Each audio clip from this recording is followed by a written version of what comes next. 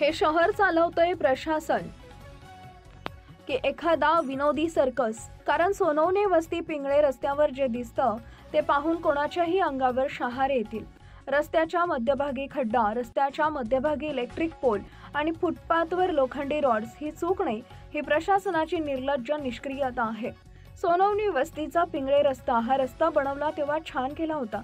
लोकांनी सुटकेचा निश्वास सोडला होता की आता तरी सुरक्षित मार्ग मिळाला. पण अचानक एखादं काम आलं, रस्ता पुन्हा खोदला गेला आणि कामानंतर काय झालं?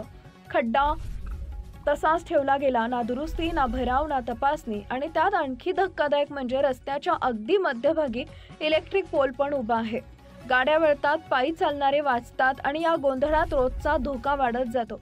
फुटपाथवर ठेवलेले लोखंडी पोल म्हणजे चालत जा आणि अडकून पडा अशी मोकळं आमंत्रणच. ही साधी दुर्लक्ष नाही, प्रशासनाची पूर्ण अपयशाची स्वाक्षरी आहे. हा रस्ता वर्षानुवर्ष वापरला जातो.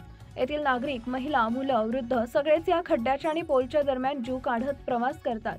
प्रश्न असा, अधिकारी इतके निष्क्रिय का आहेत? त्यांच्यासाठी हा धोका दिसत नाहीये का की इथे एखादा मोठा अपघात झाल्याशिवाय प्रशासनाला जाग येणार नाही? एका नागरिकांना संतापानं सांगितलंय, रस्त्याच्या मध्ये खड्डा आणि पोल ठेवणं म्हणजे नागरिकांना थेट धोका देणं. आम्ही रोज जीव मुठीत धरून जातो. रस्ता खोदला, काम झालं आणि तसंच दिलं सोडून. हे प्रशासन नाही, निष्क्रियतेची खिल्ली आहे. पण आपण का धोका पाहतो आणि गप्प बसतो? तर उद्या हा खड्डा, हा पोल, ही भेपेगिरी कुणाच्या तरी जीवनाला खर्चिक ठरू शकते. प्रशासनाला जबाबदार धरणं गरजेचं आहे. प्रत्येक खोदकामाचं पूर्ण झालेलं काम दिवसेंदिवस तपासलं पाहिजे. प्रत्येक रस्त्यावरची सुरक्षा ही लक्झरी नाही, ती नागरिकांचा मूलभूत हक्क आहे. बदल हवा असेल तर आवाज हवाच. आवाज उठवला तरच प्रशासन हलतं आणि रस्त्यावरचा धोका हटतो.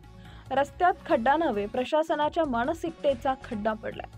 तो भरला नाही तर अपघात नव्हे, अपराध घडणार. मी आहे सिटीजन, तुमच्या सुरक्षेसाठी, तुमच्या हक्कासाठी, तुमच्या आवाजासाठी उभी. बोलत राहा, जाग राहा आणि शहर सुरक्षित करा.